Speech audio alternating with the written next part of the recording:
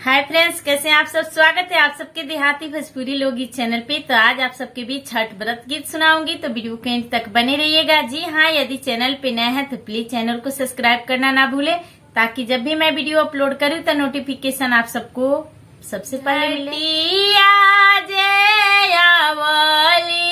छठिया मैया बटिया सेवक लोग जाय, बटिया सेवक लोग जाय। घटिया जे आवली छठिया मैया बटिया सेवक लोग जाय, बटिया सेवक लोग जाय। लाल पियर शोभे सड़िया लोग उमड़ती जाय, लोग उमड़ती जाय। बाजे बाजन सतरंगिया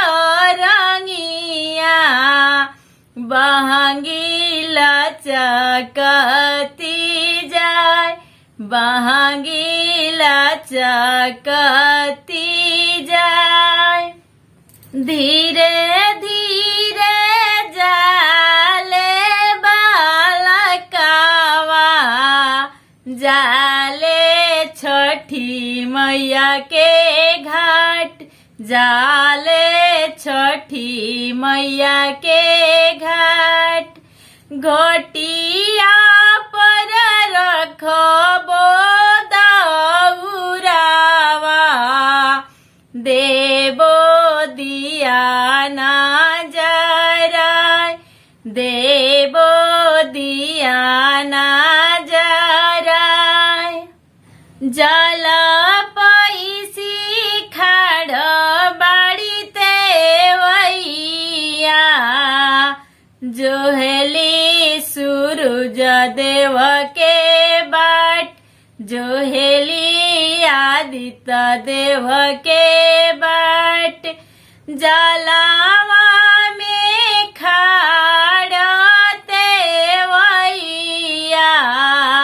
जोहेली छठी मैया के बाट, जोहेली छठी मैया के बाट।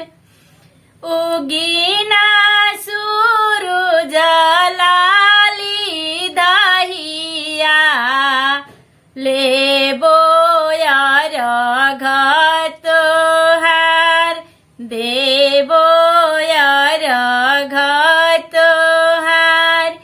आईना यादित माल घटिया करबो पूजना तोहार, करबो पूजवा तोहार।